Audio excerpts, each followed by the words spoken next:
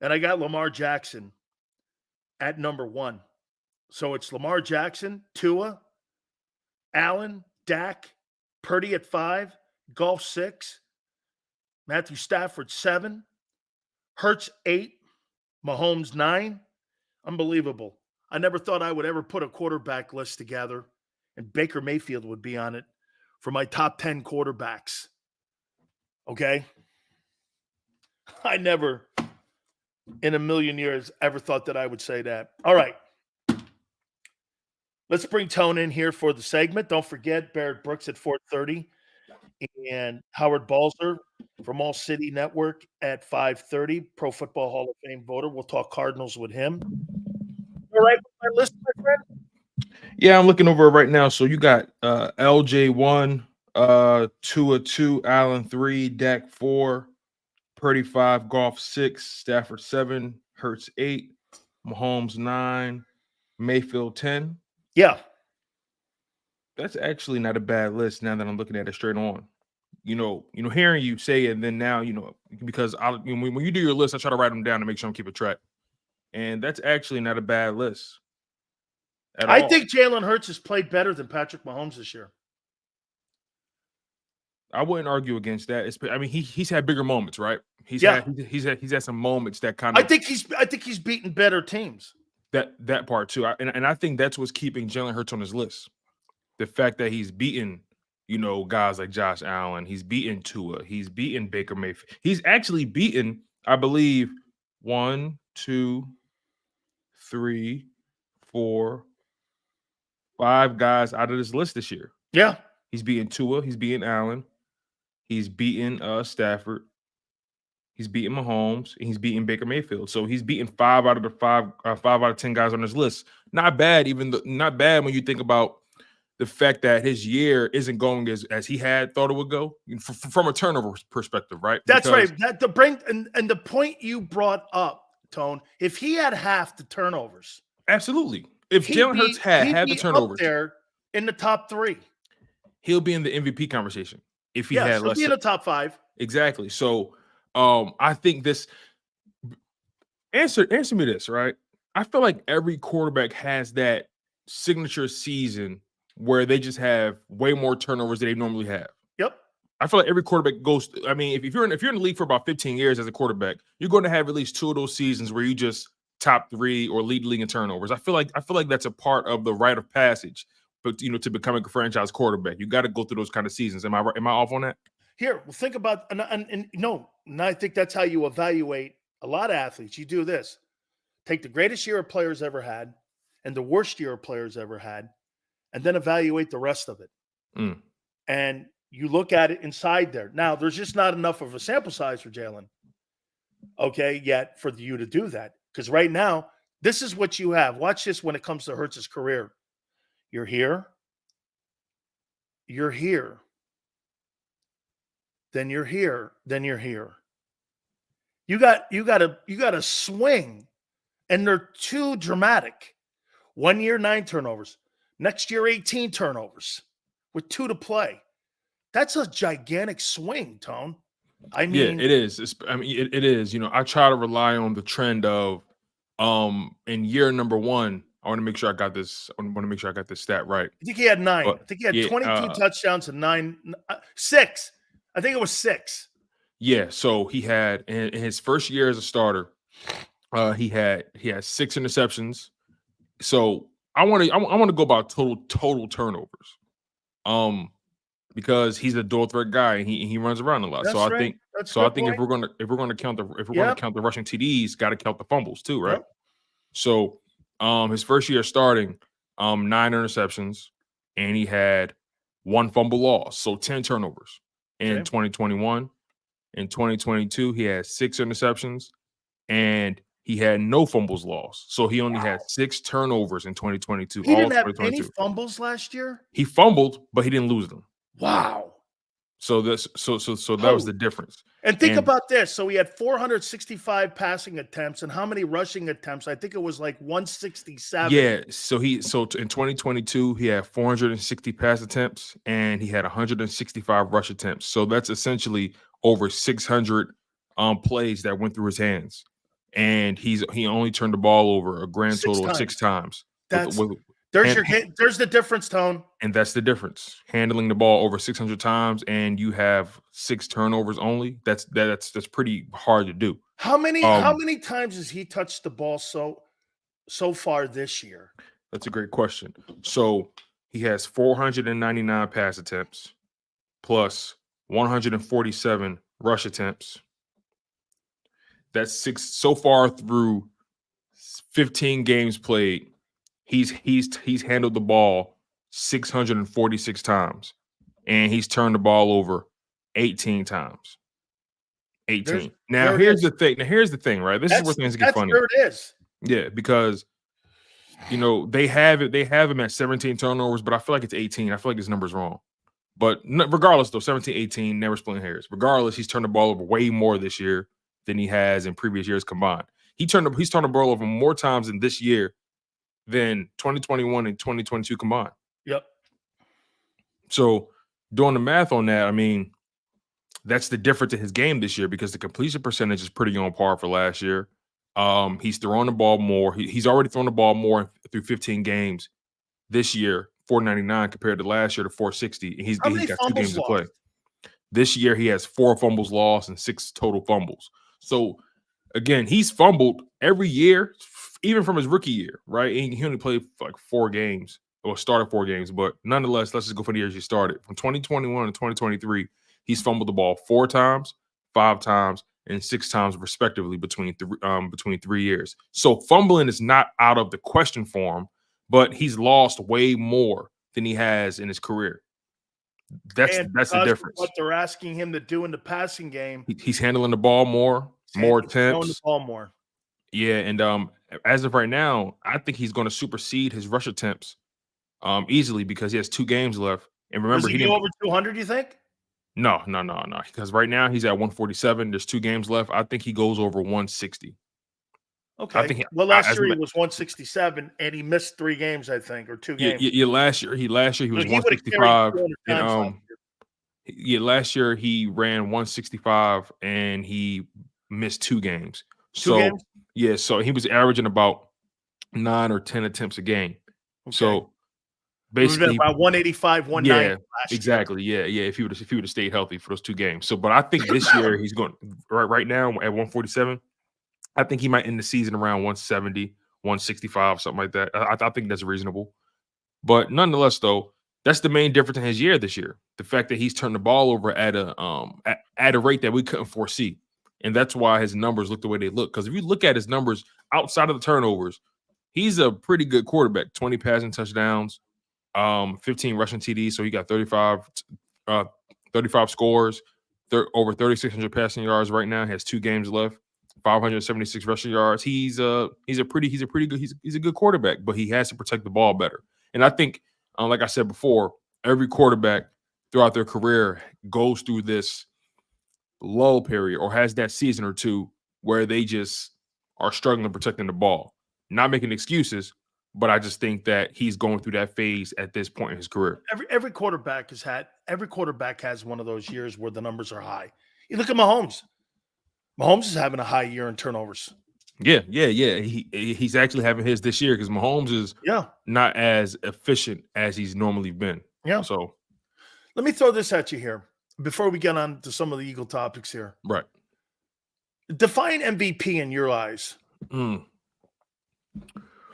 For me, let me put something in context for you. Yeah. I heard somebody talking about Lamar not having the numbers, and Jalen's, they're always going to look at the passing side, and they were underwhelming. But if you put everything together, you kind of see it. And I looked at Jalen last year, and I'm like, yeah, but did you see him on the field? There were many times when he was the best player on the field. And to me, Tone, when I watched that game Sunday night with Lamar, there were Christian McCaffrey, Deebo Samuel, Brock Purdy, Odell Beckham, all these superstar players that were on the field. Nick Bosa. I'm going like this.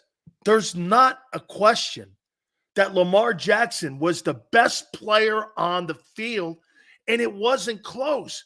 252 passing, right? 45 rushing. If you walked away from that game, you would go, okay, really nice ball game he played. But if you watched it, you were like, they couldn't defend him. And to me, I think it's got to have something to do with the impacting of the game, the way you look at him and the way you see him. Your eyes you can't deny what you're watching versus looking down on a piece of paper and going 4,500 passing yards, 35 touchdowns. Because when you watch that versus that, you go like this. That's not what I saw. And No, it's a really, and I don't think both arguments are kind of wrong. I mean, you can make an argument for a guy having an exceptional year like Mahomes did a year ago. You can make that argument because remember, the MVP is a seasonal award. Nothing to do with the postseason.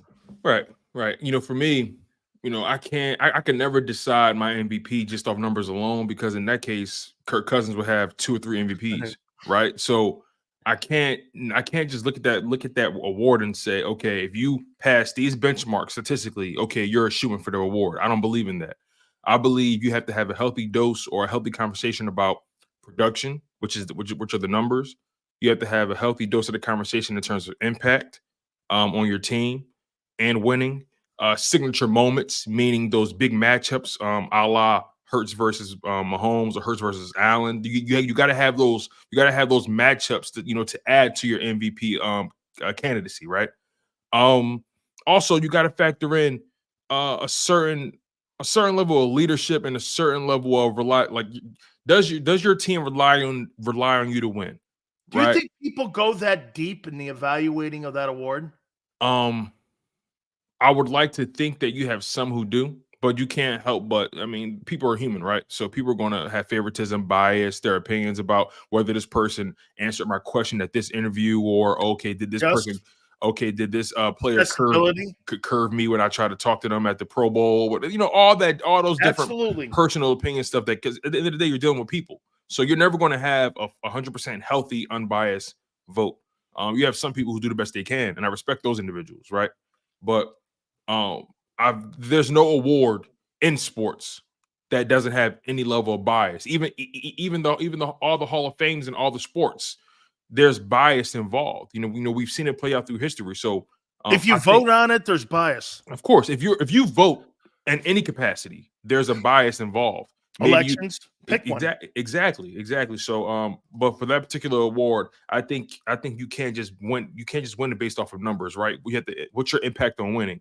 What's your impact on team morale? What's your, are you the reason they win, and not the reason they lose? Things like that. And like I said, like it's so much more than just the numbers. And some people make it just about that. For example, Lamar Jackson, you brought him up. No numbers. He's not in the top 10 in anything, maybe completion percentage. His numbers aren't spectacular at all. No, he's like I said, the thing. If you look at him, they're really underwhelming. His impact is out of this world on that team. But when you watch him play, you go, okay, you see it. That guy's unreal. You see it. So again, if numbers was all you needed, Kirk Cousins would be MVP and all that kind of stuff, man. But it's more than that. Also, when it comes to a quarterback, right? For me, I don't care about you breaking records or throwing for the most yards, being in the top 3 in this, top 3 in that. I don't care about that. When I'm evaluating the quarterback or the quarterback that I want for my team, do you win? Do you win the big one? Do you stay away from making the bad play? Right? Are you boring? You know what I mean? How are you as a leader? Things like that. I don't care about the flashy numbers. I don't care about a flashy quarterback. Does he win? And does he win the big one? Is he capable of doing that? Has he put me in position to do that time and time again? Everything else, Casper the Friendly Ghost. Does he win? And does he put me in position to win the big one every single time? That's the guy I'm rolling with. I don't care how sexy the name is or, how chiseled the jawline is or whatever. I don't care if he looks like Donald Duck. Does he get the job done? Is he a leader? Is he boring? And does he win and put me in position to win the big game? That's all. So I think the MVP award shouldn't be a award about how sexy it looks in the numbers and all. What's their impact on winning? Is this team where they are because of what he's done? What would they be without this player? It's all about value. I think the answer to your question is in the name of the award. Who's the most valuable player on that team? I think it's person, not player. Person. Okay. Who's the most valuable person in the league to their team?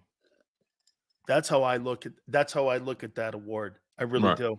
By the way, are you holding a celebration today, a bonfire that Russell Wilson? Oh, and some of you over there on Russell Wilson. Russell Wilson, I'm going to pull out an easy E line. Hey, you can get rid of me all you want. I'm still owed $180 million, whether you have me in your building or not. I'm still getting $180 million, and it's all guaranteed, dog. So if you don't want me and you want me to do this, I'm still getting paid. However, your boy Howie Roseman, man, he got off the dock. Russell Wilson saved his ass, man, or that guy would be in Philly. It's crazy how the world turns, yes, man. Sir. It's crazy how, you ever think back in life like, damn, what if I made that left? I would have been caught up with their asses too. Is that good bad luck? It's the perfect kind of luck. You said it earlier though. Sometimes the best moves are the moves you don't make. You bet. And I believe in that. I believe in being patient. And it's so many moments where I could have made a decision or done one thing, and somebody said, "Hey, just give it a couple days." Yeah. And I'm like, "All right, I'll give it a couple days." So many times my wife said, "Hey, just wait an hour. Just wait." Man, waiting is a hell of a thing because it can put you in position to win. You know what I do on my tweets? I wait 20 minutes. And I'll say this to you. My tweets now, I wait 20 minutes. And I would say this. I don't tweet out probably 80% of my tweets now. Who are you telling? There's so many times I've typed something in, waited about 30 seconds, I was deleted. I'm like, okay, I needed to write that down to get it out. Because I go like this. What's the end mean? What's the end means here to this? Where does that get me? But bad pub and anything if I say something psychotic like that. Like, what's the end game? Like, I always ask myself that question all the time when I post. You cured me of that. Oh, wow. I appreciate that. No, you did. You did. Because you know what? My wife even looked at me and she goes, look at how it landed. And I went, yeah, but I didn't. She goes, oh, really? Honest to God, I went like this. Yeah. She goes, you know what, dude? You're not Mark Twain. So if you write something, you may be thinking it, but you may not be expressing it. You know how many times I've said things? You know how many times I've said things out loud to my wife or whatever, and she's like, okay, so you don't plan on saying that to them, right? And I'm like, well, I mean, why wouldn't I? It's the honest truth. She says, yeah, but truth doesn't help that check clear, sir. Hey, congratulations. You were right. You're fired. Congratulations. Congratulations. Dude, I hate that. All right, I got a question for you on the GAN wagon now coming to town. The GAN wagon. Is he going to be booed or cheered? Now, before you say anything, hey, Tone, this guy had the number 2 defense, 70 sacks. Right. He helped get you to a Super Bowl. Right. And he's going to run through the tunnel at Lincoln Financial, having returned as a successful now head coach, having been raised in your barn. I love how you set the table. and Tone bought him and many Eagle fans a $10 million house in Scottsdale. Shit. I think I already was planning to move into Texas when that happened, so I don't know. but hey man, how do you think he's going to be received in Philly? They're gonna torch his ass. Will the Eagles put something on the scoreboard? You mean like a tribute, like that kind of thing? No, just welcome home, Jonathan. They didn't win. So I don't think he's going to get that, but I definitely think he's going to get his fair share of boos because of how he went out, because of how it ended. Because I think people would have eventually got over, the whole Super Bowl thing. I think they would have got over that. It's the whole, the scandals with the draft and the Vic Fangio stuff. Like it's so much stuff that happened. The house hunting. Yeah, like it's so much stuff that happened heading out. You know what I mean? If you lose, you win some, you lose some. But it was insult to injury when you heard that he was kind of having backdoor conversations, during the week of the Hiring game. assistant coaches while he was supposed to Yeah, be prepared. right. Like, he had Nick Riles already locked into the DC role before they even snapped the ball on Super Ran Bowl Fangio Sunday. out the building. So, he's going to get hell for the way it looked, the optics. But overall, I mean, he did a good job in 2022. You got to give him credit. But overall, they're going to give him hell. Do you think he has some type of advantage in this game preparation? If he has one, I'm glad you said that. If he does have one, it's that he understands and knows Nick's tendencies from an emotional standpoint, from a personality standpoint. He probably knows, it's kind of like a standoff, right? And your opponent is a little bit more trigger happy than you are. So I wouldn't be surprised if Ganon calls Sirianni's bluff a lot throughout this game, man. He's going to get a feel for, he's going to know when he's feeling tight. He may have the emotional advantage, but I mean, everything else though, he may know how to handle the RPO with Hurts. He's going to have a lot of handle on that. He's going to know the defense too that they're playing, he's going to know the defense because he was forced to call it himself. So he has a few advantages. I think any coach that goes from one situation to the next and he plays that former team has an advantage in many ways. So I think we'll be foolish to believe that he doesn't have something up their sleeve to kind of counteract what the Eagles do. Do you know that I would really not want to see the Eagles play one team? You know what that team is? With the Cardinals? The Colts. I'm not looking forward to that. With Anthony Richardson. I'm not looking forward to that. Gardner Minshew, I think you're covered with Maverick. But hey, with Anthony Richardson, that might be a problem because you know why? It talks about what you said about, see, this guy right here has takes he forgets. That's how good he's getting. Hey, that Lamar kid, man. I'll tell you, I don't know if you don't want, hey, I think the Eagles would have a tough time in a Super Bowl with that guy. And I still believe that. Here he is. Oh, no. Hey, I don't think that's just isolated in Philly. Yeah. I mean, the Eagles struggle against mobile quarterbacks, but most teams do. So that means they're going to struggle versus Kyler Murray? Yeah. I actually wrote that down. I think Kyler Murray is going to put a lot of stress on that defense. He's going to question their gap. He's going to question or force them to question their gap discipline, containing the edge. They've already been kind of shaky and stopping the run the past several games. Just him being back, you saw the kind of stress Tyrod Taylor put on him, and he didn't play half of the game, and he's mobile. You saw the stress Josh Allen put on them being a mobile quarterback. So they're going to struggle. It's going to test their eye discipline. It's going to test all that kind of stuff. And I think it's going to limit their ability to to rush the passer. Is it a close game? I think so. I actually think what's today? Yeah, because we're not going to be. Is it a fourth quarter game? Yeah, I think so. I think the Eagles win this game. I think the Eagles win this game 31-23, 31-20, something like that. Yeah, like it's going to be close, but the Eagles are going to do something on the back end to kind of stretch it out, but it's going to be close. I think it's going to be like 31-21. You are not giving yourself enough latitude and margin of error at all this year in any game, no matter who the opponent is. It could be the Seahawks. It could be the Niners. It could be anybody. But this is who they've been. How many games did you have some margin of error? Dolphins, Bucks, Rams in the back end. That's a good question. You've had just a few ball games this year where you had margin of error in games. Bucks, Rams, Dolphins. I can't think of one in the second half of the season you've had margin. No. They haven't had any margin of error. See, in the Vikings game, they had margin of error, but then they gave it up at the end. Yep. So, they haven't really had too much room to really wiggle around over the past half for the majority of the season. This is just who they've been. So I have to judge them according to that. You know what I mean? I can't look at them and say, oh, because of who they are, they're going to beat this team. They've proven that it doesn't matter who they're playing, they're going to make a game out of it. They've proven that. So we have to accept that. And then at that point, the Giants made it a game.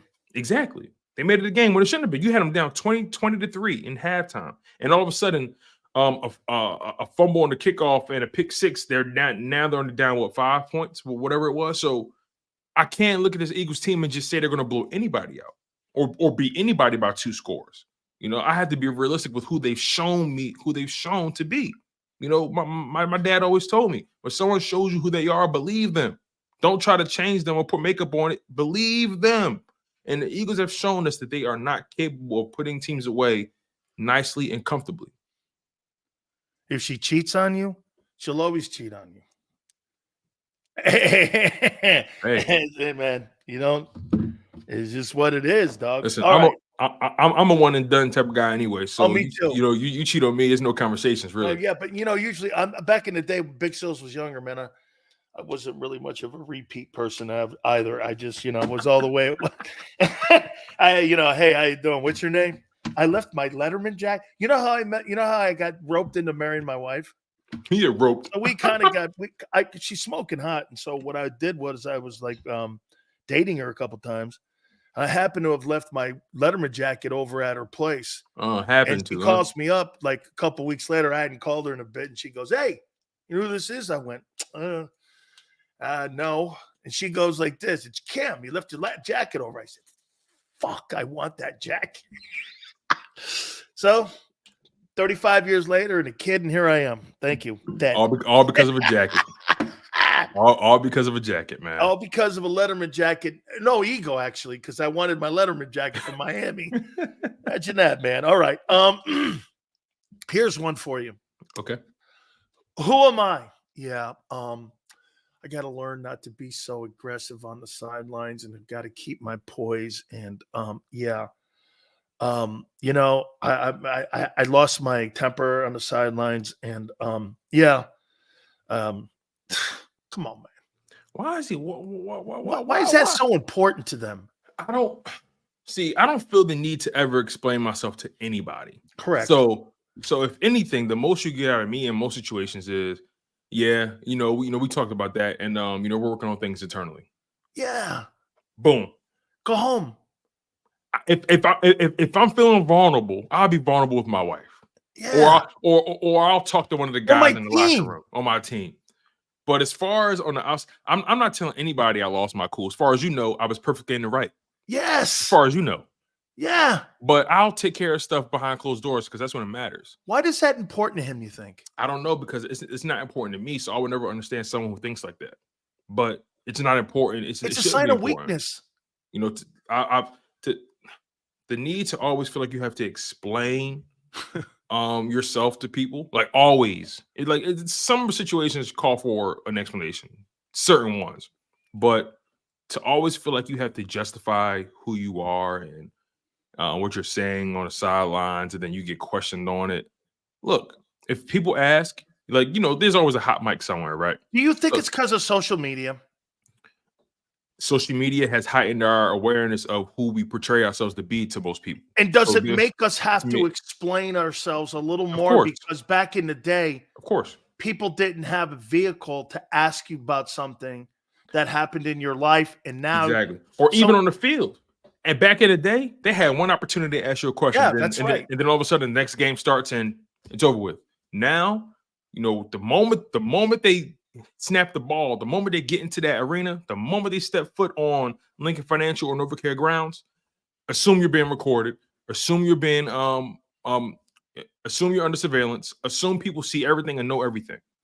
So now you're so sensitive, or you're hyper aware to how you're seen, how you're perceived, how you portray yourself, the things you say.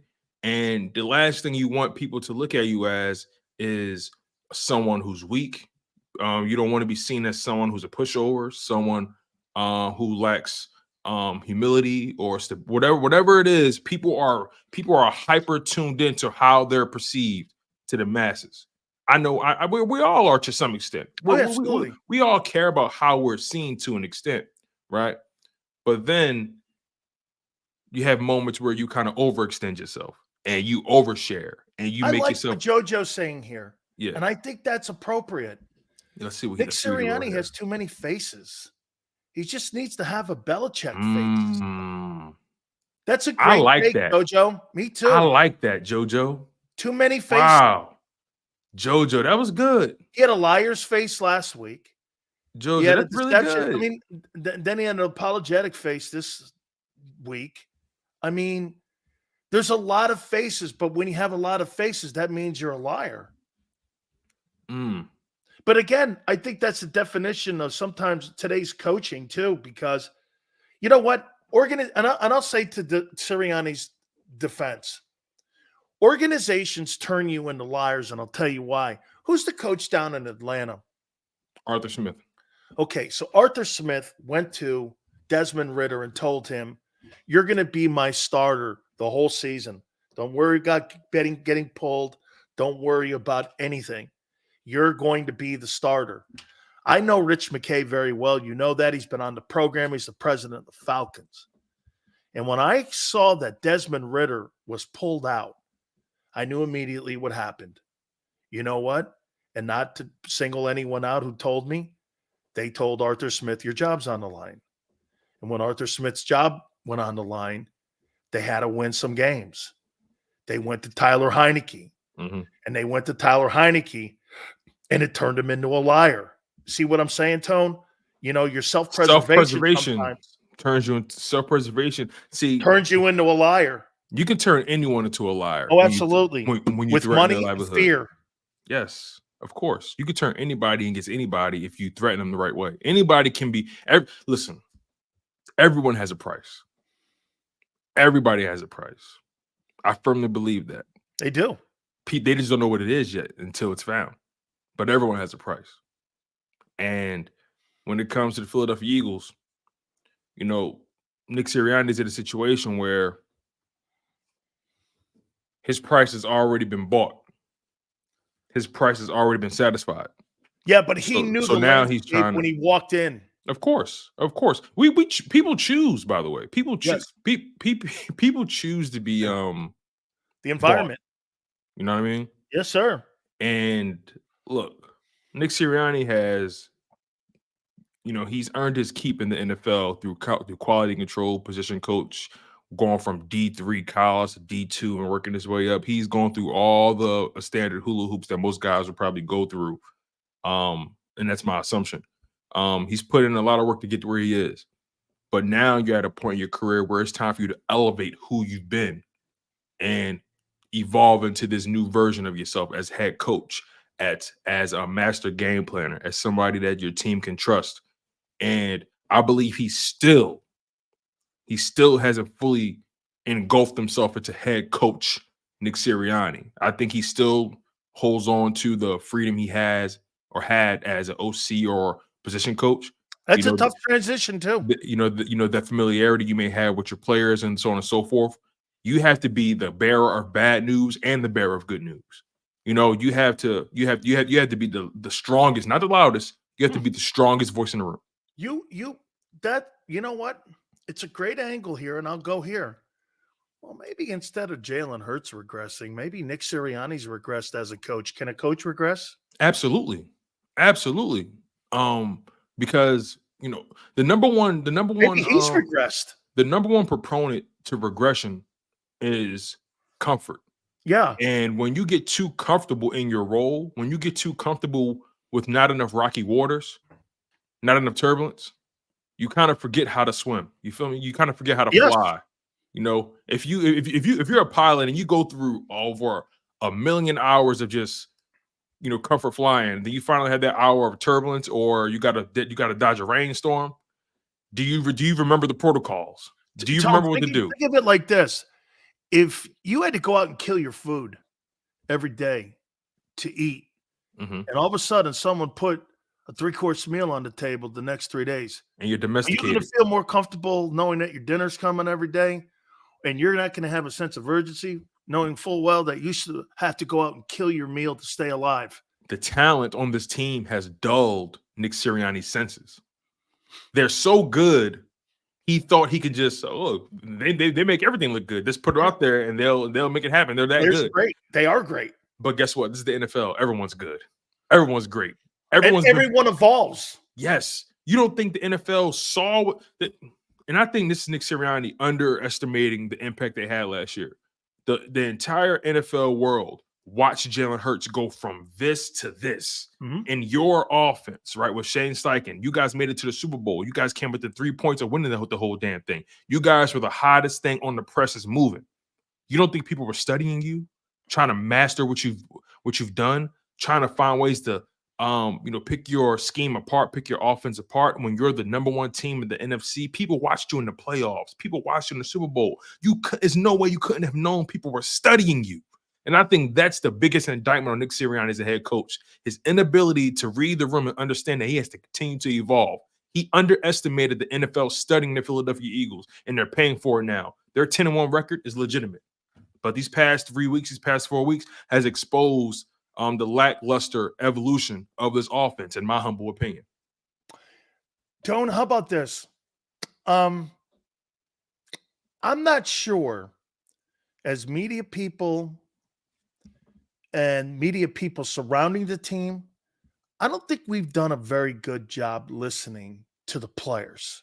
And what I'm going to tell you here, and you tell me, agree or disagree here. Okay. So I'm listening to Jason Kelsey's interview today on WIP. We're just too many turnovers, too many mistakes. We haven't hit our groove. It's been a constant struggle for us. We just haven't been able to find any kind of consistency. Then you got Jalen Hurts calling out coaches and players. You got A.J. Brown not talking to media people. You got Devontae Smith after the Giant game, completely disenchanted. You got Brandon Graham talking about too many turnovers and too many penalties, just killing us. I came to the conclusion, after putting all those together and those sound bites in my head together, these players are telling you what their identity is. They don't have one. If they don't believe it, Tone, it's a common comment from all the Eagle players every week. I have not heard one guy say one positive thing for an 11-4 team with still the chance to have. They don't believe in they don't believe in themselves because they don't talk like they believe in themselves. This has nothing to do with how they looked at last year, how they had confidence last year. They don't even talk with confidence. I don't think they're having fun anymore. Is that perception off? They just don't talk with any positive. Get this. People talk about me. Name me an Eagle guy who has talked in the last 2 months in a positive tone. No, you're right. You bring up a very good point. Now that I think about it, over the past 4 weeks or so, the vibes around this team has been off, like without question. Has the coach said anything positive? It doesn't even matter because it's overshadowed with the Sean Desai move, and it's overshadowed with the poor play on the field. It's just Jalen too said many one distractions. positive thing. I think he tries to stay positive. No, has he said anything positive? That's a good question. I would have to go back and listen, so I'm not entirely sure. But Imagine right now, I don't think I've heard anything. I can't land on anything right now because, again, I really don't think. I'm dying on this hill until proven otherwise. I don't think they believe in this coaching staff. I don't believe it. I don't think they do. I just don't think. I don't think they have the same reverence for their head coach as they once did, if they had it at all. Because winning. Say that again. What changed it?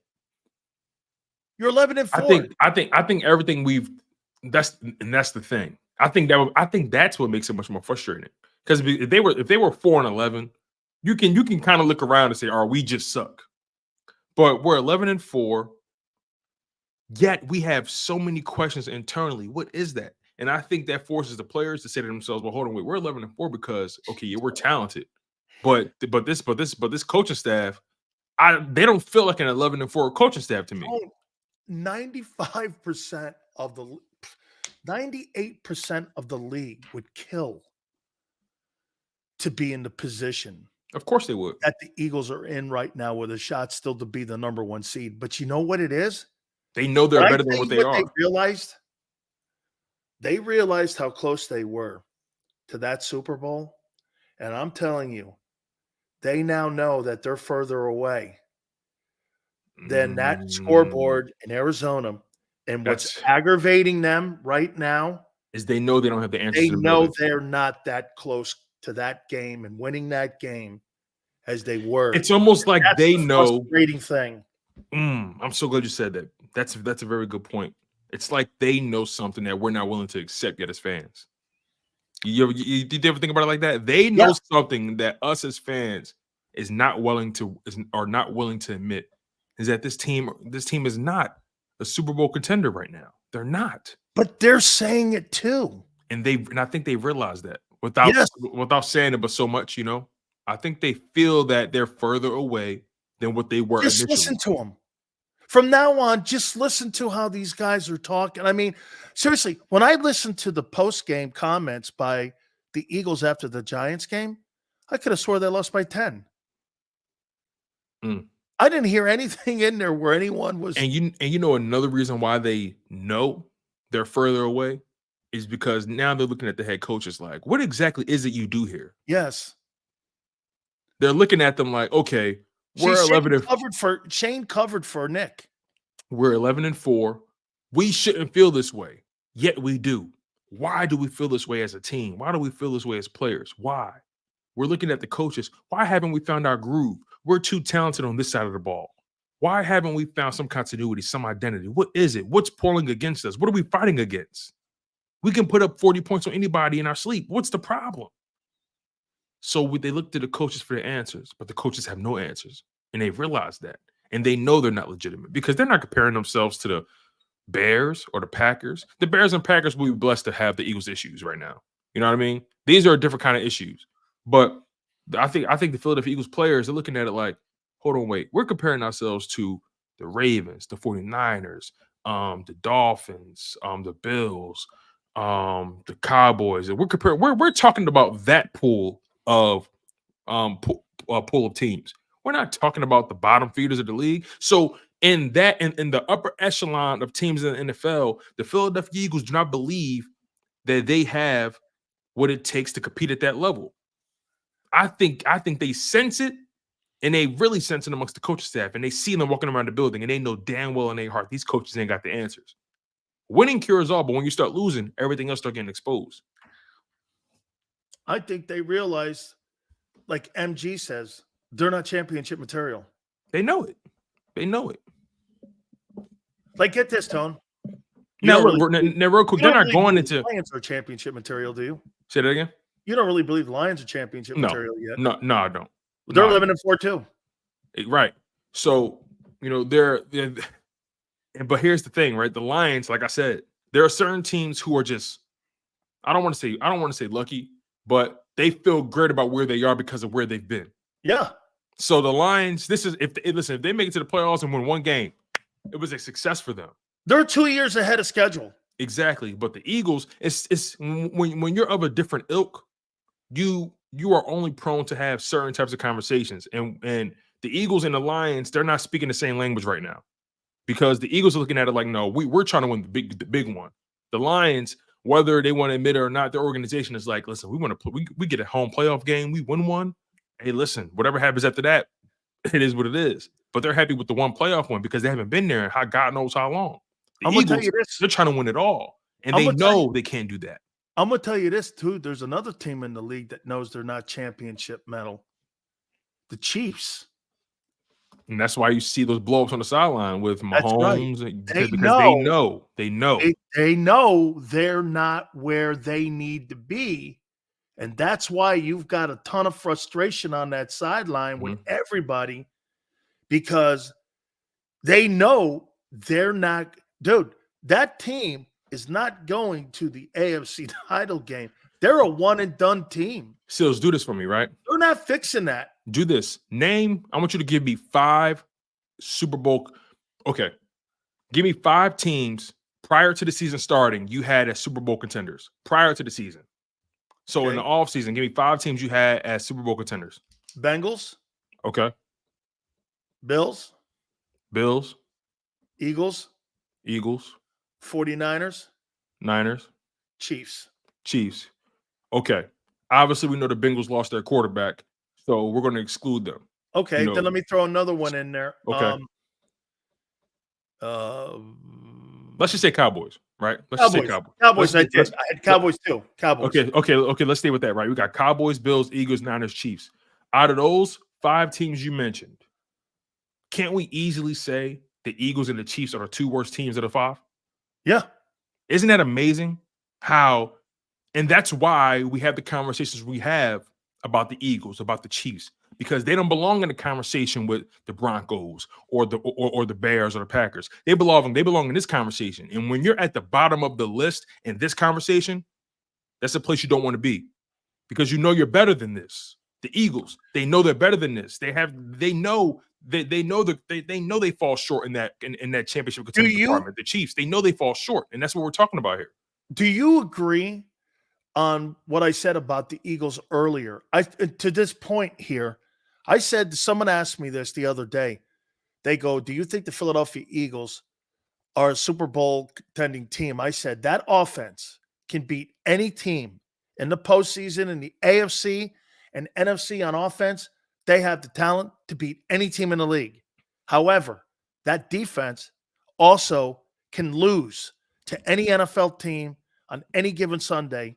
So when you have that much of a dynamic on both sides of your ball, your margin of error and your chances of playing consistent ball in the playoffs is not existent. You know what They're not going to be able to play consistent football, Tone, because you know why? They don't have a consistent team. Exactly. It's so funny. The Eagles' offense is a Super Bowl caliber offense, Absolutely. but their defense is a first overall draft pick defense.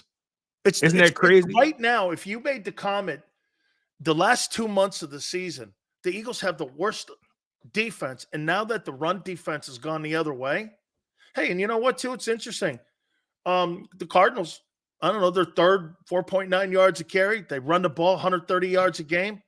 I don't know. I mean, it's kind of a little bit of kryptonite. Plus, you get Kyler Murray. I wouldn't go to sleep, man, here on this ball game, too, because if that guy gets out in the perimeter, gets out in the open, he's another one of those Lamar Jackson kind of guys. I don't know if you get him on the ground. And that's why I said to you at the beginning of the segment, Kyler Murray is going to stress that defense. Bet he is. And here's the Eagles' saving grace in this matchup, right? I'm glad we transitioned here. Here's their saving grace. Arizona has by far the worst run defense in the NFL. Terrible. Especially over the past 3 games. Over the past 3 games, they're giving up 174.7 rush yards per game. They are by far the worst rushing defense in the league. If I know that Eagles coaching staff has to know that. Like you said earlier, this is the part of the season where you're trying to get back on track, keep things simple, and reinstill some confidence in your players.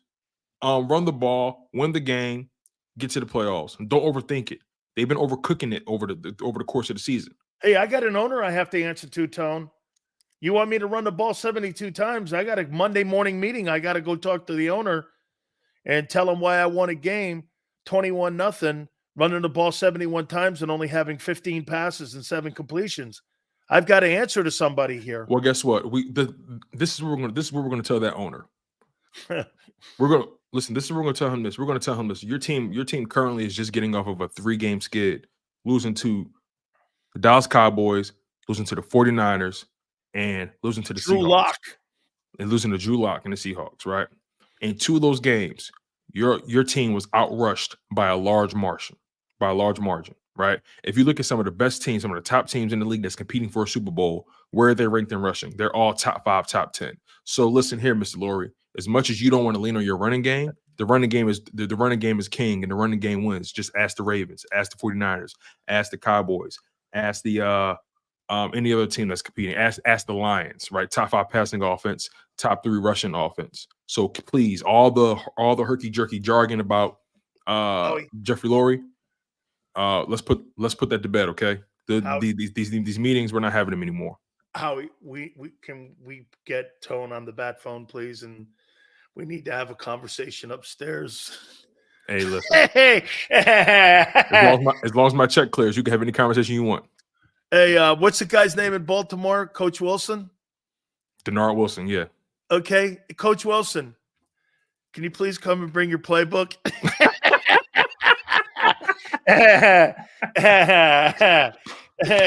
Oh man, that's a damn shame, man. That is a damn shame. That's a damn shame. You can't even have logical football conversation because they're so sensitive about their control and their philosophy, man. And they're not even football guys. How you know that? Sirianni over crying it and overcooking it while he's sorry about something and he has to behave himself better on the sideline. I mean, dude, please. It's dude. Hey, I'm really that'd be like me having a pre-show that you taped. Hey, I would really like to tell LJ I'm sorry for calling him an asshole. I gotta, I'm sorry for calling Mask a piece of shit. I'm sorry. I apologize. I need to be better here. I'm sorry. So let's move on and have a really good show. I mean, come on, man. Oh my God. All right, Tone, let me take a timeout. We got B Brooks coming in here soon. Yes, sir, man. It's going to be exciting. I appreciate you more, man. Thank you. You got it. That is my good friend, Tone. Love the guy, man. Happy holidays to all of you out there. Don't forget the great bonus bucks during this holiday time. $5. Go to Hooters.com. It is Wing Wednesdays, $19.83. That's the price you pay for all you can eat. Kids eat for free on Saturdays. NortheastHooters.com. That's NortheastHooters.com. When you roll in, do me a favor. Tell them Big Sil sent you. Eat chicken wings, buy Hooters things. Christmas is near. Shop, have a beer. Christmas shopping shouldn't be hard. Give your friends a Hooters gift card. This year, stuff their stockings and yours too with a one-size-fits-all gift card. Buy a $25 Hooters gift card and receive a $5 Santa's bonus card. Make it Hooters for the holidays. Eat chicken wings, buy Hooters things. Christmas is near. Gift cards are here.